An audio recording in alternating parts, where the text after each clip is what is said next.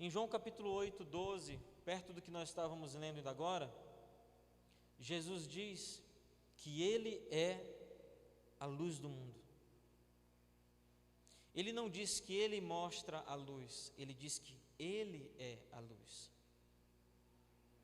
Isso é completamente diferente, uma coisa da outra é completamente diferente. Ele está dizendo que Ele é a fonte da luz. Ele é a própria luz. Essa luz é Ele mesmo. Ele não está mostrando de fora, Ele é que ilumina os homens. Nós já falamos sobre isso, né? Isso quer dizer que Ele é que revela coisas que são mistérios. Ele é que tira o pecado do mundo, por isso Ele é luz. Ele tira o pecado, Ele tira a ignorância, Ele nos dá conhecimento. Tudo isso está dentro daquilo que significa ser luz. Ele faz essas coisas todas. Em Colossenses capítulo 2, versículo 9, diz que nele habita corporalmente toda a existência de Deus. Então, por essas escrituras, por esses versículos que eu citei, nós devemos estar convencidos de que Jesus é Deus. Amém? Pelo que está escrito. Agora, se nós formos observar as coisas que nós vivemos, as coisas que nós passamos, que Jesus fez por nós, era mais um motivo para nós acreditarmos que Ele é Deus. Aqueles caras fizeram uma pergunta lá em João 10. Vamos voltar lá. Disseram-lhe: até quando tu irás deixar-nos em dúvida? Como se Jesus tivesse deixado alguma dúvida.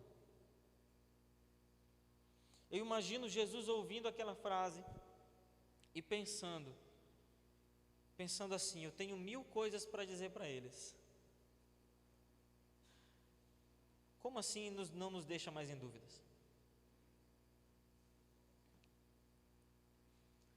Seria como se você hoje, depois do culto, dissesse para mim assim: pastor, me indica um livro que me estimule a ler a Bíblia.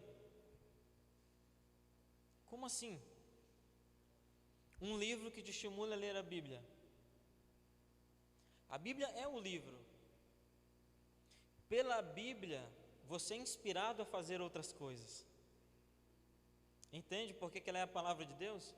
Porque ela é a fonte primária de sabedoria. Então é a partir da leitura bíblica que nós temos outras sabedorias. É a partir das Escrituras que nós podemos ter ideias, nós podemos ter revelação, que nós podemos saber se aquilo que estamos planejando é de Deus ou não, ou se aquilo pode ser uma inspiração, por exemplo, se aquela ideia é boa, se aquilo pode ser aplicável, se não é pecaminoso, pelas Escrituras. Ela é fonte primária de sabedoria, ela tem princípio para nos dar.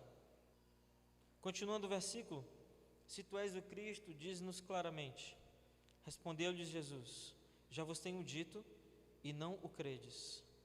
As obras que eu faço em nome do meu Pai, essas testemunham de mim. Jesus, ele começa a falar umas coisas que são interessantes, né? Ele diz que já tinha dito para eles.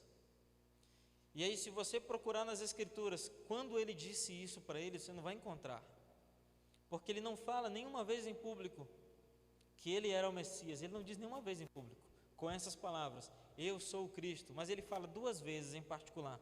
Abre lá em João capítulo 4, versículo 26, versículo 25. A mulher disse-lhe, João 4, 25: eu sei que vem o Messias e que se chama o Cristo.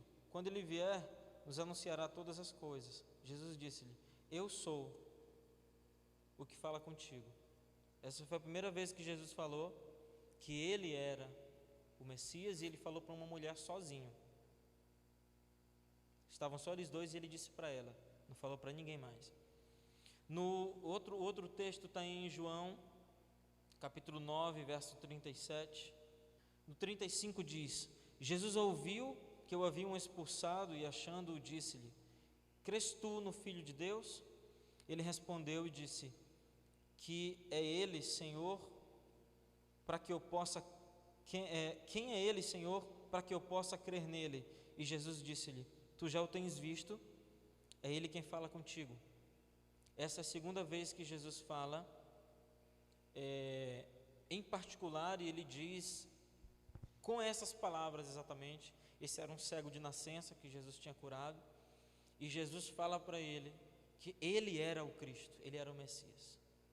Ele não fala mais para nenhuma outra pessoa, fala só para esses dois. E por que Jesus disse para aquela multidão que ele já tinha falado, para aquelas pessoas ali naquele grupo lá no Pórtico de Salomão, que ele já tinha falado que ele era o Cristo? Por que Jesus fala? Por causa de duas coisas: as suas ações e as suas palavras. As ações de Jesus mostravam que ele era o Messias, e as suas palavras diziam que ele era o Messias. Por que isso acontece? Porque para que você reconheça Jesus, ou naquela época lá entre aquelas pessoas, hoje nós dizemos Jesus é o Messias, né? Hoje nós falamos, hoje nós não precisamos simplesmente trazer uma pessoa para o culto para que essa pessoa possa sentir a presença de Jesus, ou ouvir o que nós falamos para ela se convencer. Não precisamos. A gente pode chegar e dizer: ó, Jesus é Deus, Ele é o Salvador, Ele quer te salvar, Jesus te ama. A gente pode pregar, mas nessa época o que Jesus está dizendo é: as minhas ações e as minhas palavras foram suficientes para dizer que eu sou o Cristo, o Messias. Foi isso que ele estava dizendo. Por que ele não fala em particular para essas pessoas todas? Por que ele não disse lá naquele momento para eles: eu sou o Cristo? Era isso que eles queriam ouvir. Irmãos, Jesus não fala porque eles já tinham tudo o que precisavam para reconhecer que Jesus era o Cristo, porque eles eram judeus. Jesus, ele dá uma resposta para eles nesse versículo 25. Ele diz: já vos tenho dito e não credes, as obras que eu faço em nome do meu Pai, essas testemunham de mim. Versículo 26, acompanhem comigo. Mas vós não credes, porque não sois das minhas ovelhas, como eu já vos tenho dito. As minhas ovelhas ouvem a minha voz, eu as conheço e elas me seguem. É o que eu falei para vocês agora. Quando você entra num culto e você não adora o Senhor, você não está o reconhecendo como Messias. Jesus estava dizendo para eles: vocês não me reconhecem como Messias porque vocês não são minhas ovelhas. Irmãos, isso aqui foi uma chicotada. Porque no grupo daqueles que perguntavam para Jesus, tinham dois tipos de pessoa. Tinham aqueles que perguntavam para pegar Jesus em alguma falta, e tinham aqueles que perguntavam porque realmente tinham dúvidas. E para esses que realmente tinham dúvidas, Jesus deu essa resposta que era para convencer agora.